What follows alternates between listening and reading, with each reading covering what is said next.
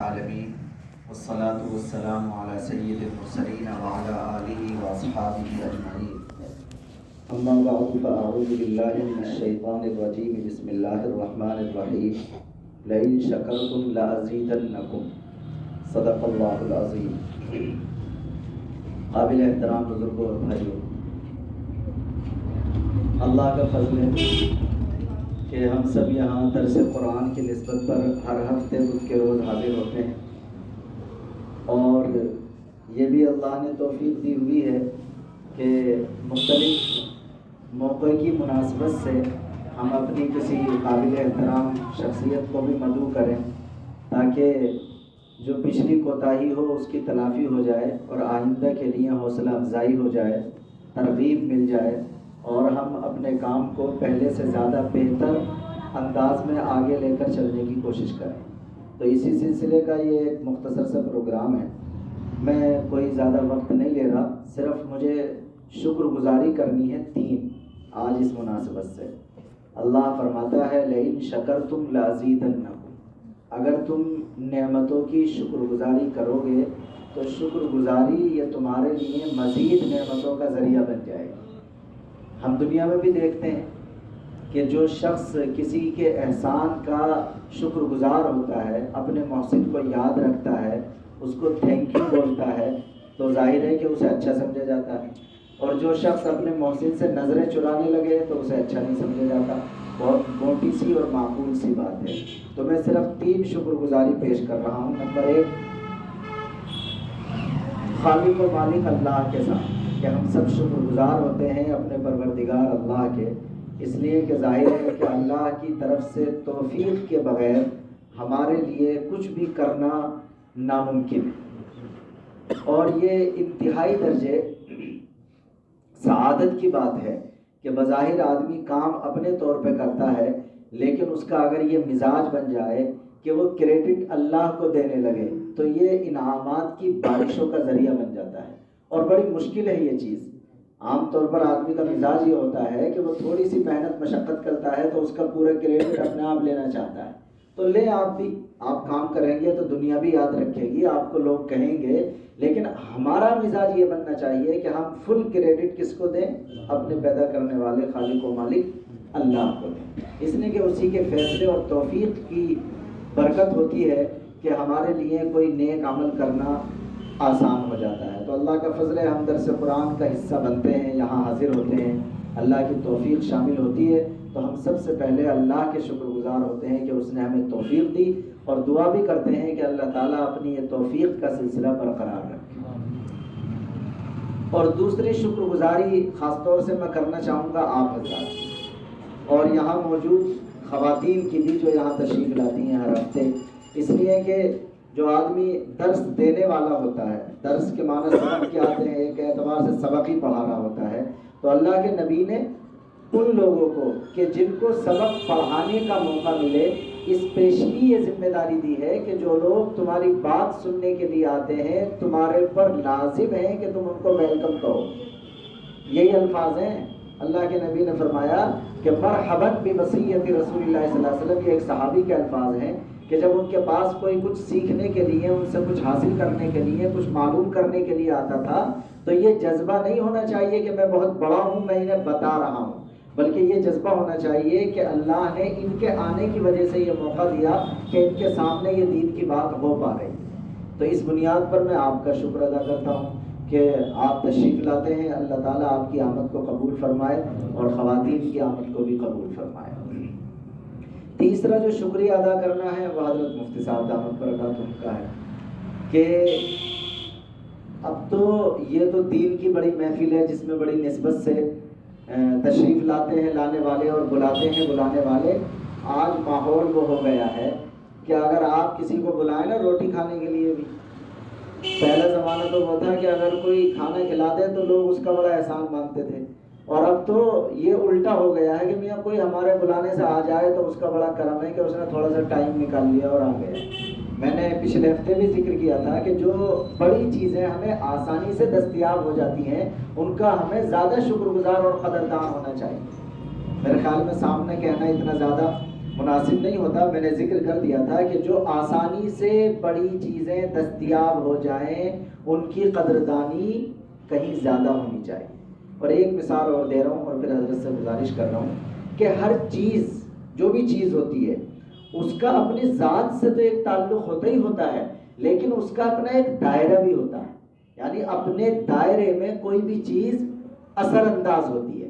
اچھی چیز ہے تب بھی وہ اپنے آپ بھی اس کا اثر ہوگا اور اپنے دائرے میں بھی وہ اثر کرے گی، اور اگر بری چیز ہے تو وہ بھی اپنی جگہ سمٹ کر نہیں رہے گی بلکہ اس کا بھی ایک دائرہ ہوگا اور وہ اپنے دائرے میں کیا کرے گی؟ اثر کرے گی. نہیں سمجھ آئی بات تو میں مثال دیتا ہوں. یہ ہمارا آنکھ کا کیمرہ اللہ نے بنایا. میں ان کو دیکھ رہا ہوں، ابھی دیکھو خاص طور سے میں ان کو دیکھ رہا ہوں، لیکن جس وقت میں ان کو دیکھ رہا ہوں نگاہ تو میری ان سے مل رہی ہے، مگر اس کے باوجود یہ مجھے پورے سارے لوگ پھر بھی نظر آ رہے ہیں. تو یہ تو وہ جگہ ہے جہاں میرا فوکس ہے، لیکن جہاں فوکس کیا جا رہا ہے صرف وہی نظر آئے ایسا نہیں ہوتا، بلکہ اس کا بھی ایک دائرہ بن جاتا ہے اور پورے دائرے تک وہ چیز کیا ہو جاتی ہے؟ ظاہر ہو جاتی ہے. واضح ہو گئی بات؟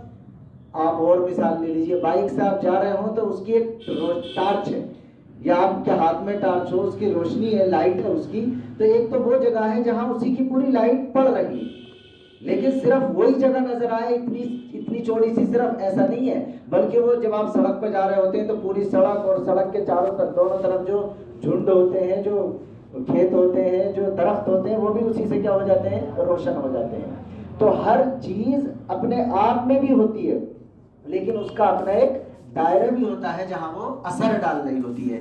جب ہمارے پاس نیک شخصیات آتی ہیں، اللہ کی توفیق سے ہمیں کسی اچھی صحبت میں بیٹھنے کا موقع مل جائے، کسی نیک بندے کی صحبت میں بیٹھنے کا موقع مل جائے، اس کے سامنے حاضر ہونے کا، اس کے سے کچھ سیکھنے کا، سننے کا موقع مل جائے، تو یہ جو آنا جانا ہے یہ بھی مثمر برکات ہوتا ہے. اس سے بھی برکتیں آتی ہیں. جیسے کہ میں نے مثال دی، جو لائٹیں بنی ہیں وہ بھی تو آنکھوں کو ہی دیکھ کر بنی ہے.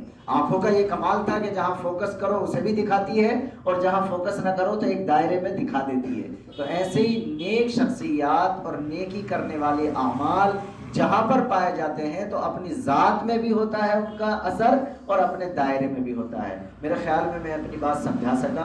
ہم شکر گزار ہیں حضرت مفتی صاحب دامت برکاتہم کے کہ ہماری دعوت پر ہماری اس مجلس میں آپ تشریف فرما ہوئے.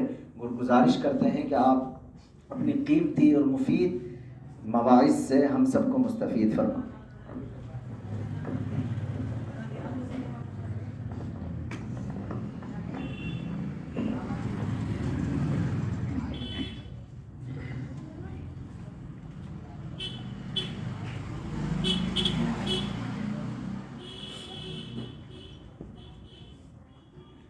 بسم الله الرحمن الرحيم. الحمد لله نحمده ونستعينه ونستغفره ونؤمن به ونتوكل عليه ونعوذ بالله من شرور أنفسنا ومن سيئات أعمالنا ونعوذ بالله من شرور أنفسنا ومن سيئات أعمالنا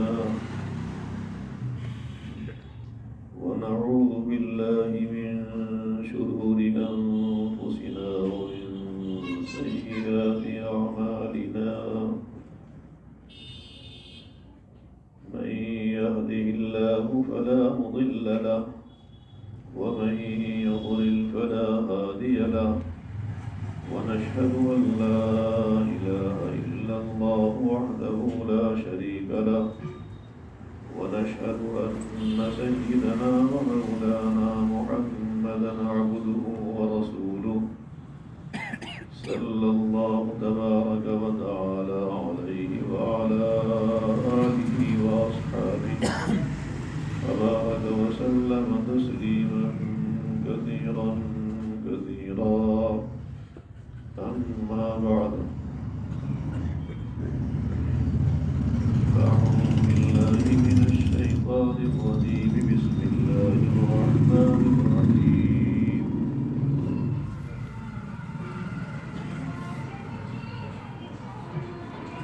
وما ينطق عن الهوى إن هو إلا وحي يوحى. صدق الله العظيم. اللهم صل على سيدنا ومولانا محمد وعلى آل سيدنا ومولانا محمد وبارك وسلم كما تحب وترضى عدد ما تحب وترضى.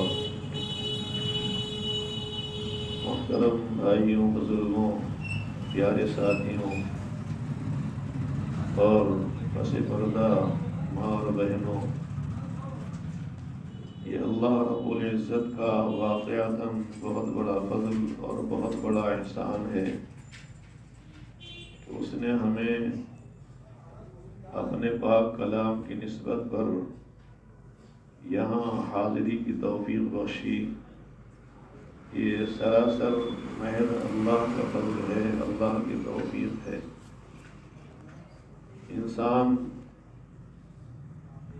اپنی قوت عمل سے کچھ نہیں کر سکتا. یہاں کی بات ہے.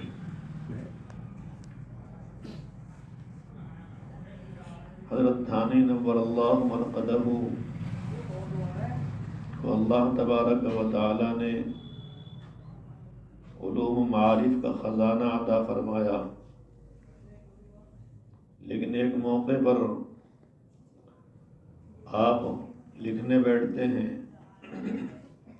اور وقت مقررہ پر کچھ لکھنا چاہتے ہیں. آپ خود فرماتے ہیں کوئی چیز ذہن میں نہیں آتی، حالانکہ روزانہ اللہ کی توفیق سے دین کا کام ہوتا تھا، تفسیر لکھی جاتی تھی، لیکن آج ذہن بالکل نہیں چلتا، معاف ہو گیا، بند ہو گیا. یہ اللہ کی توفیق کی بات تھی. اور حضرت نے فرمایا کہ دراصل میں نے غور و فکر کیا تو اس کی وجہ بھی سمجھ میں آئی کہ ہماری اہلیہ محترمہ مرغیاں پالتی تھی. وہ کہیں پر تشریف لے جا رہی تھی، مجھ سے کہہ کر گئی کہ مرغیوں کو فلاں وقت پر دانہ پانی دینا ہے. میری یہ ذمہ داری ہو گئی، مرغیوں کو کھانا کھلانا ہے، مجھے یاد نہیں رہا. تو اللہ کی ایک مخلوق کا حق تلف ہو گیا، ضائع ہو گیا.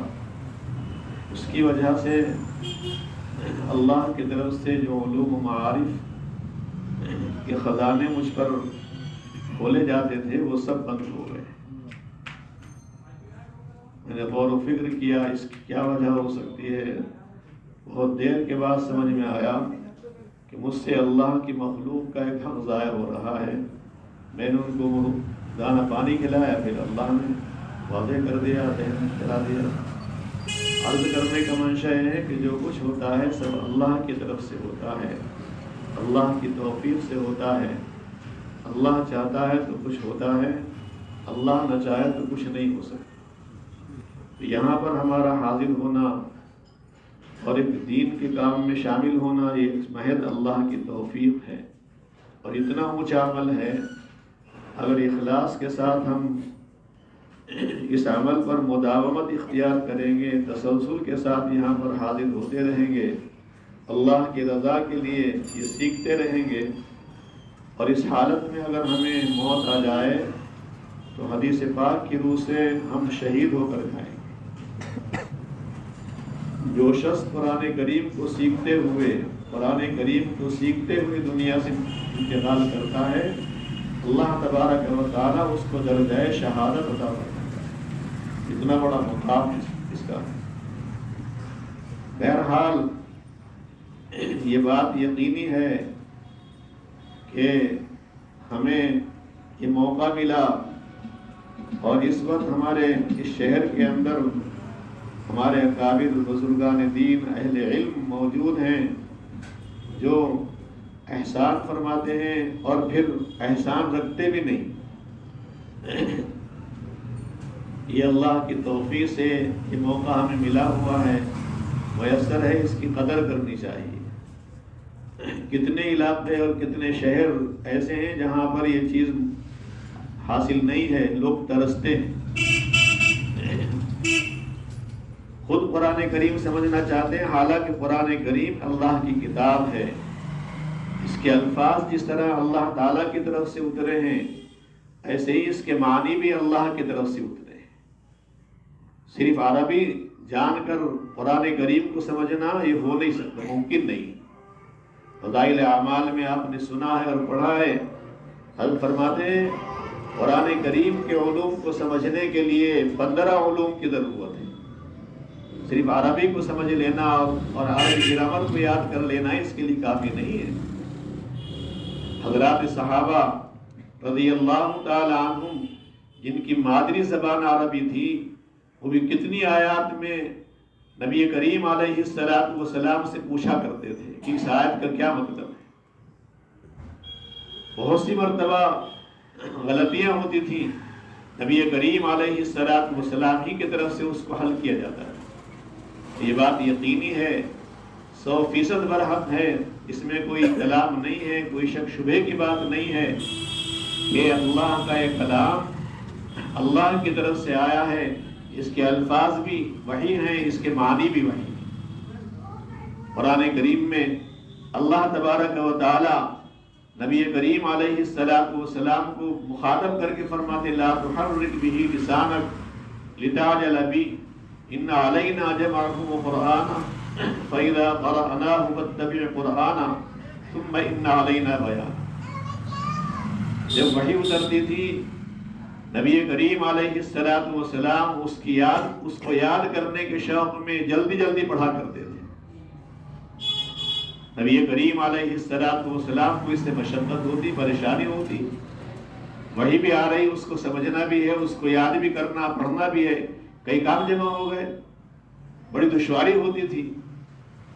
اللہ رب العالمین نے تسلی دی کہ آپ گھبرائیں نہیں، ان علینا جمعہ و قرآنہ، اس کا آپ کے سینے میں محفوظ کر دینا اور آپ کی زبان پر جاری کر دینا، پڑھوا دینا، یہ سب ہمارے ذمے ہے۔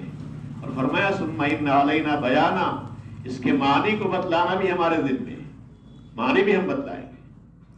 قرآن کریم میں اللہ نے صاف کر دیا کہ الفاظ بھی ہمارے ہیں، اس کے معنی بھی ہمارے ہیں، الفاظ بھی ہم جاری کریں گے، آپ کی زبان سے الفاظ ہی ہم پڑھوائیں گے، اس کے معنی بھی آپ کے سینے پر ہم ہی کھولیں گے۔ آیت کریمہ میں اس بات کی وضاحت ہو گئی کہ قرآن کریم کے جس طرح الفاظ اللہ رب العالمین کی طرف سے آئے ہیں، ایسے اس کے معنی بھی اللہ نے بیان کیے ہیں۔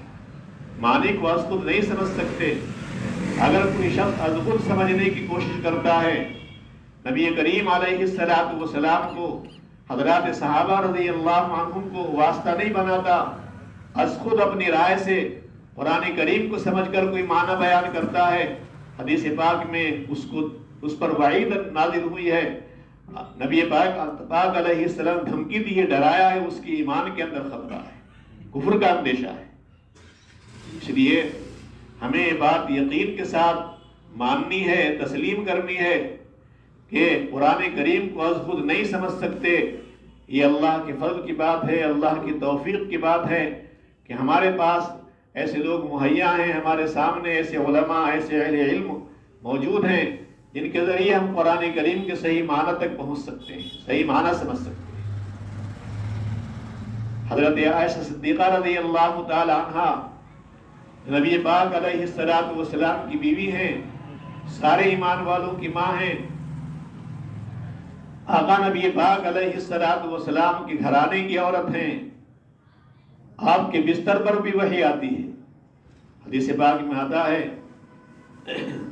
اس ازواج مطہرات نے کوئی بات کہی تھی، حضرت عائشہ کے سلسلے میں کوئی بات کہی تھی، آقا نبی پاک علیہ السلام نے فرمایا، حضرت فاطمہ نے بھی دوسری ازواج مطہرات کی وجہ سے ان کی طرف سے آقا کی خدمت میں عرضی پیش کی تھی، تو آقا نے فرمایا کہ عائشہ کے بارے میں مجھ سے کچھ مت کہو، ستاؤ مت، اس لیے کہ میری بیویوں میں عائشہ ہی ایک بیوی ایسی ہیں جن کے بستر پر میں ہوتا ہوں تو اللہ کا کلام اترتا ہے، اللہ کی طرف سے وحی آتی ہے، اللہ کے نزدیک یہ ایسی پاک عورت ہیں، ایسی پاکیزہ ہیں، ان کا بستر اتنا پاک ہے کہ جب میں ان کے بستر پر ہوتا ہوں تو اللہ کا کلام اترتا ہے، وحی آتی ہے۔ تو وہ عورت عائشہ جو خود بھی فقیہہ ہیں، کتنے مسائل ایسے ہیں جن مسائل میں حضرات صحابہ رضی اللہ عنہم کو اشکال ہوا اور حضرت صدیقہ رضی اللہ عنہا نے، حضرت عائشہ رضی اللہ عنہا نے ان کو حل کیا ہے۔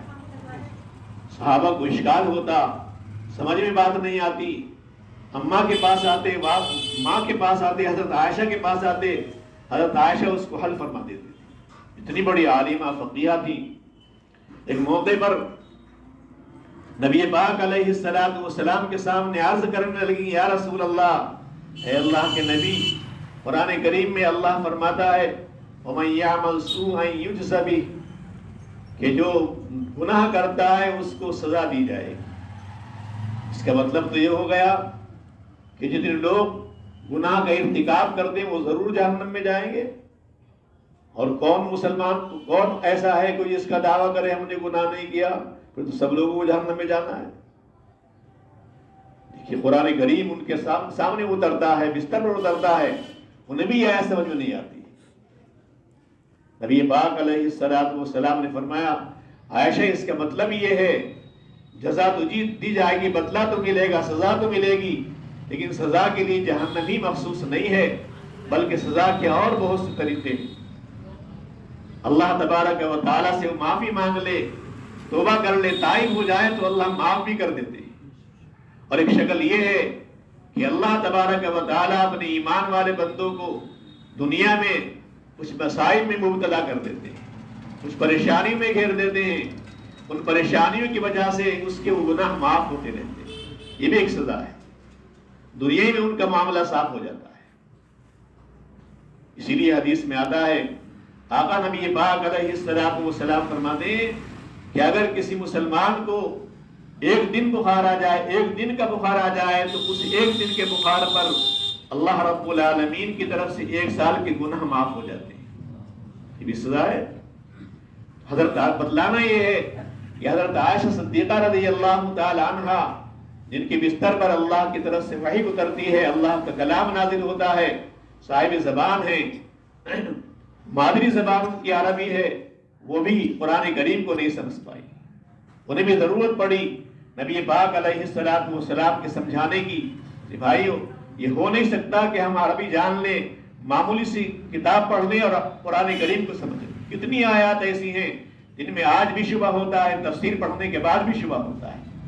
ہمارے اہل علم علماء جو رات دن اللہ کی توفیق سے اس علم کو حاصل کرتے ہیں، لگے رہتے ہیں، مطالعہ کرتے ہیں اور بال کی کھال نکالتے ہیں، تحقیق کرتے ہیں، گہرائی میں جاتے ہیں، وہ ہمیں بتاتے ہیں کہ اس آیت کا مطلب یہ ہے، قرآن کریم کا مطلب یہ ہے۔ بھائیو، یہ اللہ کے فضل کی بات ہے، اللہ کی توفیق کی بات ہے۔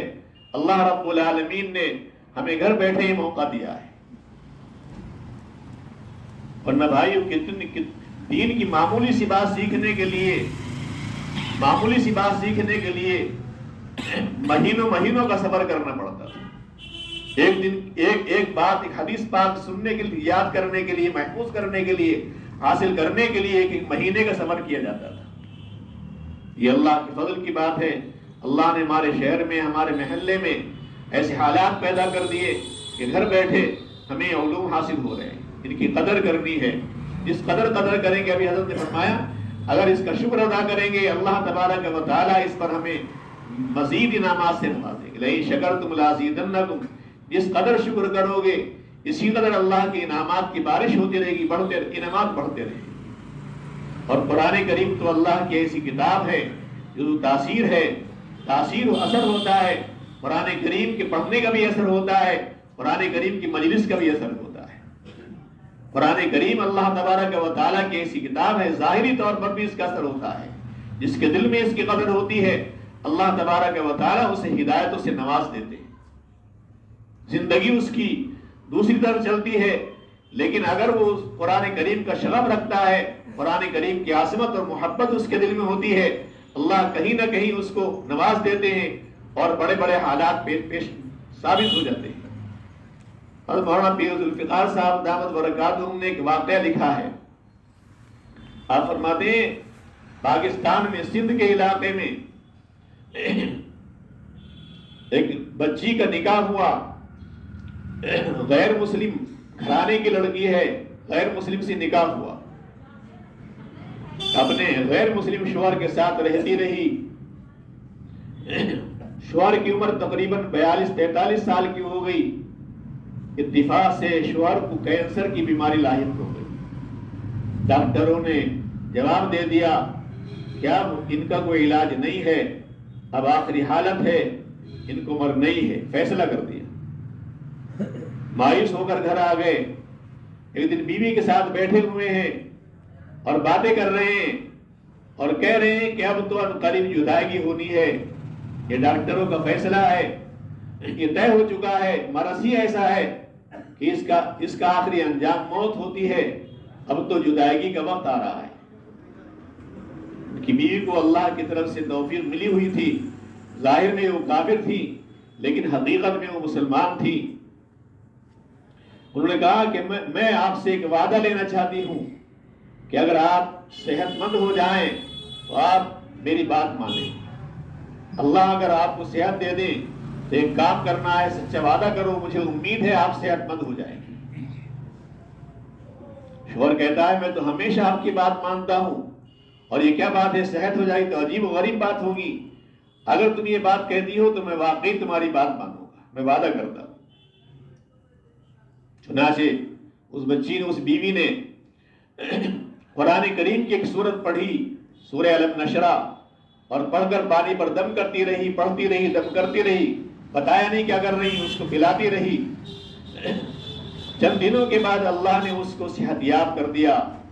اس نے جانچ کرائی, عجیب و غریب معاملہ ہوا. جانچ میں یہ جانچ آتی ہے کہ بیماری ختم ہو چکی ہے. اطمینان نہیں ہوا, دوسری جگہ پر گئے, وہاں پر تحقیق کرائی, جانچ کرائی تو وہاں بھی یہی بات سامنے آئی کہ وہ کینسر کی بیماری ختم ہو چکی ہے. بڑا تعجب ہوا. بیوی سے کہنے لگے تم نے کیا عمل کیا, ایسی کیا کون سی دوا تمہارے پاس تھی, کیا علاج کیا, کیا پڑھا تم نے؟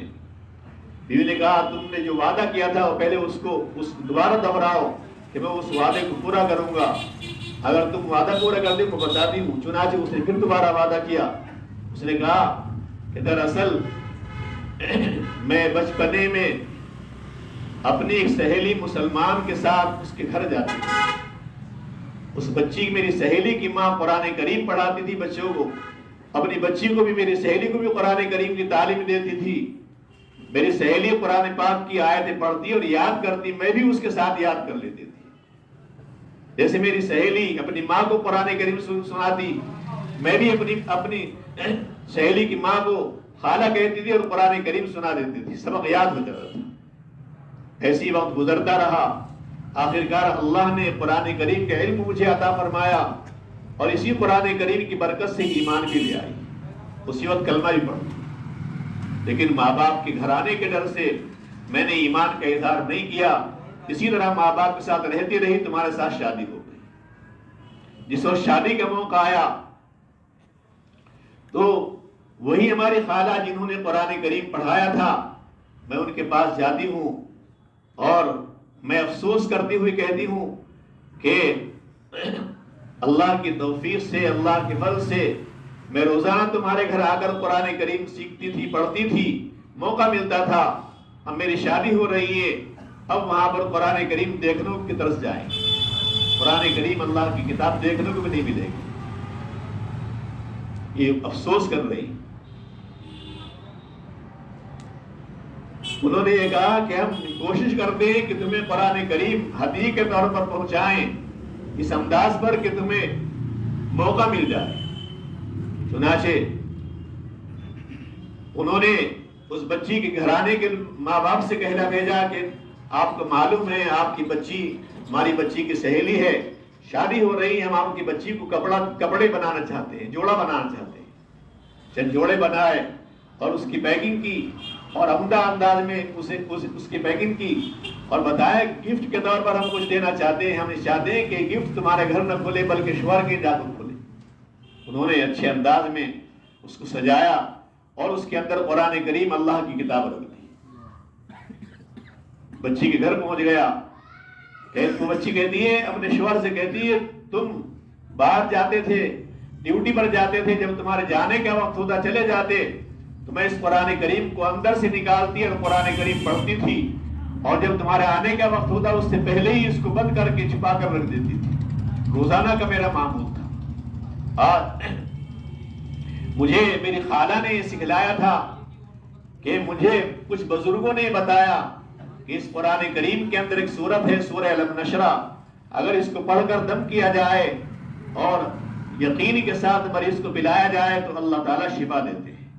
میں نے اپنی خالہ کے اس بتائے ہوئے عمل کو کیا، وہی سورت پڑھ کر تمہیں دم کر کے پلائی، اللہ نے تمہیں شفا دے دی، اب تم ایمان لے آؤ. چنانچہ وہ ایمان لے آئے. بہرحال اس کے بعد انہوں نے کہا بھی کہ تم تو ایسے شخص کی بیٹی ہو کہ جو خود دوسروں کو کافر بناتا ہے، ہندو بناتا ہے، تم اس کے سامنے کیا کہو گی؟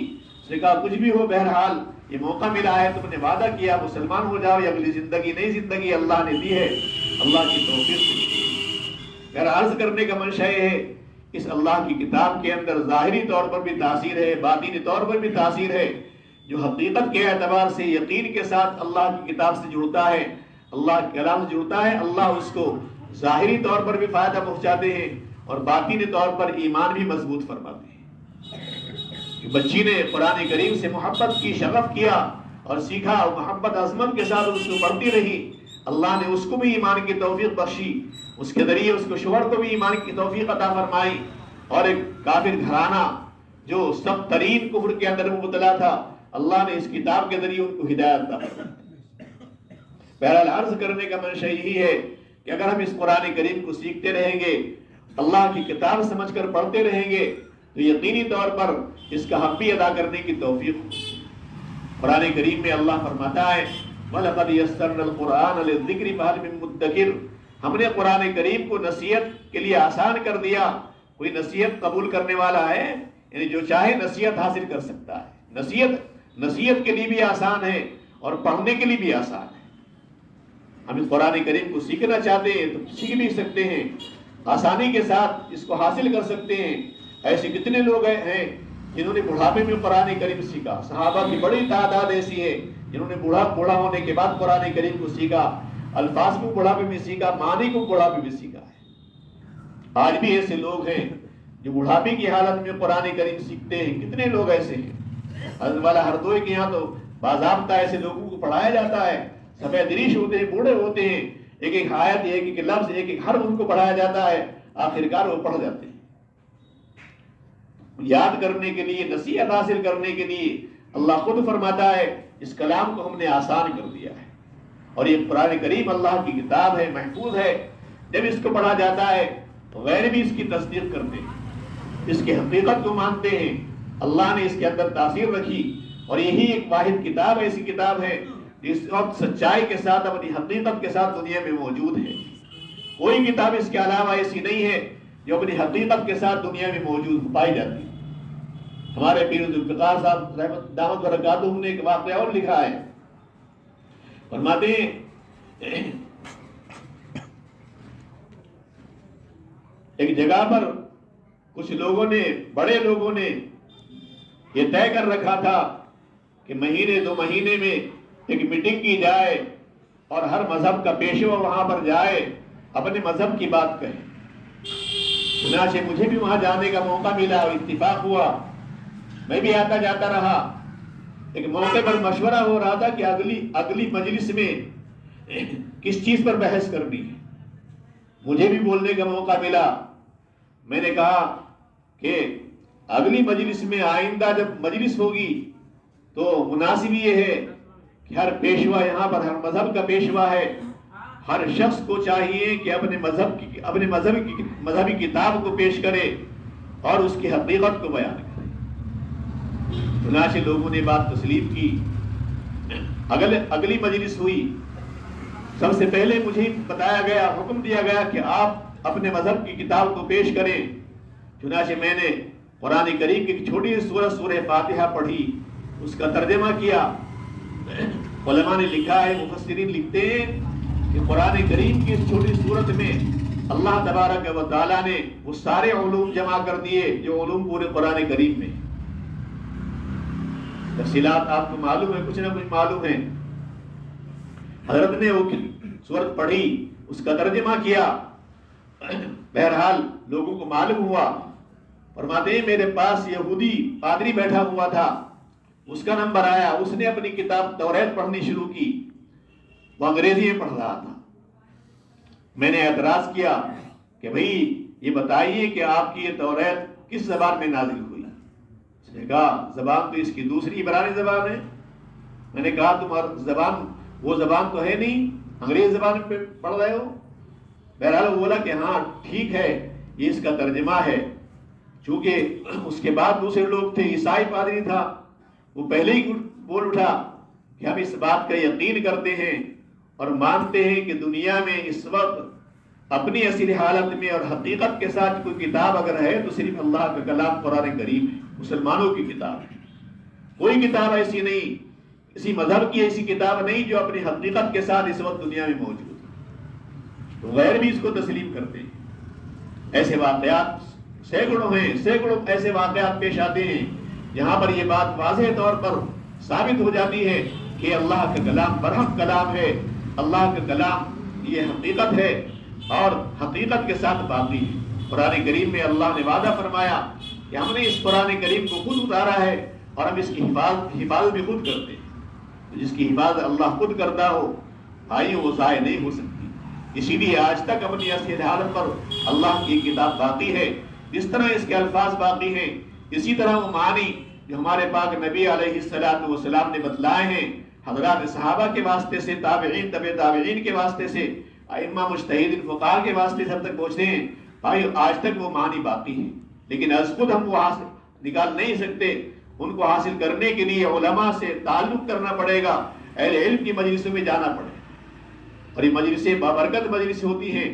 ایسی مجلسوں کی الگ تاثیر ہوتی ہے، اس میں خود اثر بھی ہوتا ہے۔ ایک بزرگ فرماتے ہیں کہ ایسی مجلسوں میں یقینی طور پر کوئی اللہ کا ایسا بندہ ہوتا ہے جو غیر محسوس طریقے پر اللہ سے لگاؤ رکھتا ہے، ظاہر نہیں ہوتا، خود اس کو ہی معلوم نہیں ہوتا، اس کو بھی اپنی حقیقت معلوم نہیں ہوتی، لیکن اللہ سے اس کا گہرا تعلق ہوتا ہے۔ اللہ اس کی وجہ سے سارے لوگوں کو قبول فرما لیتے ہیں، سارے لوگوں کی ہدایت کا وہ ذریعہ بن جاتا ہے۔ یقینی طور پر ایسی مجلسوں میں جو لوگ آتے ہیں صرف اللہ کی نسبت پر آتے ہیں، قرآن کریم کی نسبت پر آتے ہیں، اور اس نسبت پر آنے خود ایک بڑی عبادت ہے، بہت بڑا دین ہے۔ یقینی طور پر ہمیں یقین کے ساتھ اس میں آنا ہے اور یہ سمجھ کر آنا ہے کہ اس مجلس میں یقینی طور پر اللہ کا کوئی نہ کوئی بندہ ایسا ضرور ہوگا جس کی وجہ سے ہم سب لوگ اللہ کے نزدیک مقبول ہو جائیں گے اور اللہ کی بارگاہ میں قبولیت اترے گی، ہدایت مل جائے گی۔ مسلسل ہم آتے رہیں گے، اس کی قدر کرتے رہیں گے تو ایک دن آئے گا اللہ کی بارگاہ میں قبولیت ہوگی، انشاءاللہ آخرت میں سرخروئی حاصل ہو جائے گی۔ یہ جن باتیں بے ترتیب عرض کر دی ہیں، اللہ تعالیٰ ان کو قبول فرمائے۔ ہر ہفتے آپ کے سامنے پیش فرماتے ہیں، اللہ تعالیٰ مزید ترقیات سے مالا مال فرمائے، قبول فرمائے، اور یہ حقیقت ہے، قدر کرنے کی چیز ہے، قدر کیجیے انشاءاللہ بہت فائدہ ہوگا۔ یہ چیز ہر جگہ نہیں ملتی ہے، یہ اللہ کا انعام، اللہ کا فضل آپ کے محلے پر ہے، آپ کی مسجد والوں پر ہے، بہت بڑا انعام ہے کہ اللہ نے ایسے حالات پیدا کر دیے کہ یہ سلسلہ شروع ہو گیا، اور ایسی اہل علم میں سے ایسی شخصیت کا انتخاب آپ کے لیے ہو گیا کہ جن کے ذریعے ہمیں ضرور فائدہ پہنچتا رہے گا انشاءاللہ۔ اللہ تعالیٰ مجھے بھی سب لوگوں کو قدر کرنے کی توفیق عطا فرمائے، کہنے سننے کو قبول فرمائے، غلطی کو معاف فرمائے۔ آخر دعوانا الحمدللہ رب العالمین۔